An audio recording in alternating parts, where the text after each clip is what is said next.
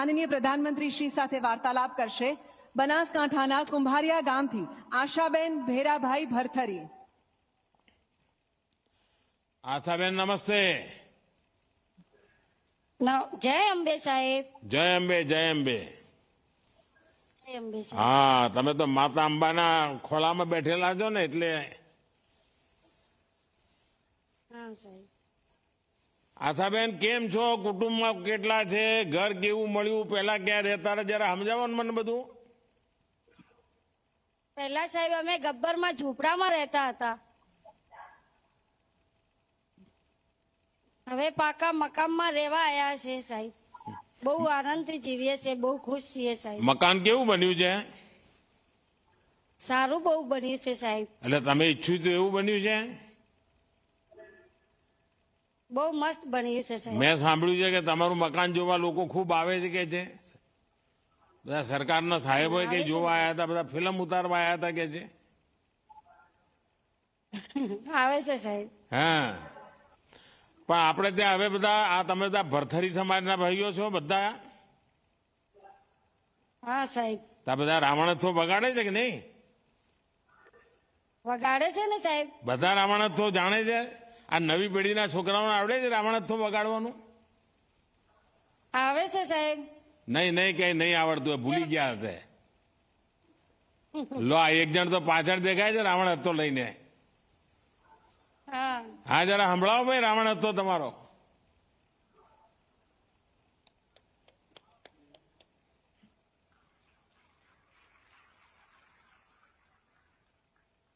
પણ અવાજ નથી આવતો તમારો। અહીંયા મારા સુધી અવાજ નથી આવતો। આ પેલો હાથમાં માઇક છે તમારી જોડે રાખો જરા।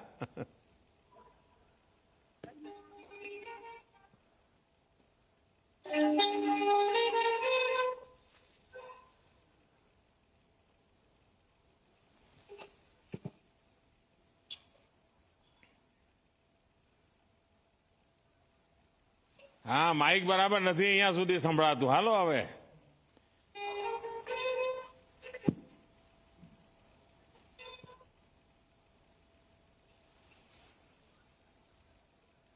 જરા તમે આજે ઘણા આનંદમાં લાગો છો ભાઈ, આવા રંગીન પાઘડીઓ પહેરીને લાલવાદી ફૂલવાદી જેવું કર્યું લાગે છે આજે। હા, જરા આશાબેન જોડે વાત કરવા દો। હાલો, આશાબેન આપો।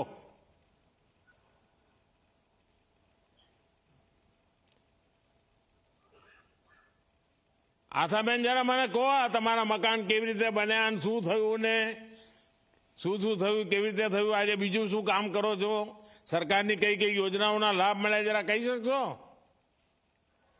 બધા લાભ મળ્યા છે સાહેબ અમને। એમ બધા કોઈ ચાલતું હશે? પાણીની વ્યવસ્થા છે સાહેબ, લાઇટની વ્યવસ્થા છે, બધી વાતની વ્યવસ્થા છે અમારે। ગેસ મળી ગયો? પેલો ગેસનો બાટલો મળી ગયો છે સાહેબ। ગેસનો બાટલો મળી ગયો? પૈસા આપવા પડ્યા હતા કોઈ? ના સાહેબ। આપવા પડ્યા છે, મને કહેતા નથી તમે। ના સાહેબ, નથી ખરેખર? આપ્યા। ઘણી વાર શું ખાનગીમાં કોઈક પૈસા લઈ જાય ને તમે બોલો ને, એવું નથી થતું ને? ના સાહેબ, કોઈએ નથી લીધા। એમ હવે આપણું અંબાજી ને આ બાજુ તમારું જલોત્રા ના બધા જે ગામો છે એમાં ઝાડ જ નથી, કઈ કરશો તમે બધા ભેગા થઈને કઈ ઝાડ બાડ ઉગાડશો? હા સાહેબ, કરશું ને। આ પેલો ગાંડો બાવળિયો નથી ઉગાડવાનો આપણે? ના સાહેબ, ફૂલ ની વાડી ઉગાડી જઈશ। એમ શાકભાજી વાવો, શાકભાજી, છોકરાઓ પણ જરા શાકભાજી ખાતા થાય। હા સાહેબ। બાળકો કેટલા છે તમારા પરિવારમાં? 6 માં દીકરા છીએ સાહેબ। બાળકો શું કરે છે? બાળકો શરીર શક્તિ સેવા કેન્દ્રમાં મારા બાળકો ભણવા જાય છે સાહેબ। શક્તિ સેવા કેન્દ્રમાં ક્યાં આગળ? અંબાજી? કુંભારિયામાં, વસાતમાં। કુંભારિયા જાય છે? શરીર શક્તિ વસાતમાં ભણવા જાય છે છોકરા। હા, તો ભણતર બા સારું મળે છે ત્યાં? મળે છે ને સાહેબ, સારી રીતે ભણાવે છે એમને. હા ને પણ આ દોડમાં ફાસ્ટ છે. દોડમાં ભાગ લે છે. મારું કામ, હા, અરે આર્મીમાં જવાની એમને ઈચ્છા છે સાહેબ પણ છોકરાની. હું મારે અંબાજી આવ્યો ત્યાં શક્તિ વાળા છોકરાઓ તો બધા પેલા વાજા બગાડતા હતા, બેન્ડ બગાડતા હતા. એમાં પેલો છોકરો મારો છે સાહેબ. એમાં એમ તો પછી એની જોડે તો મારો ફોટો હા. હશે. લીડર છે મારો છોકરો સાહેબ. અરે વાહ, તો તમે લીડર થઈ ગયા લાગો છો.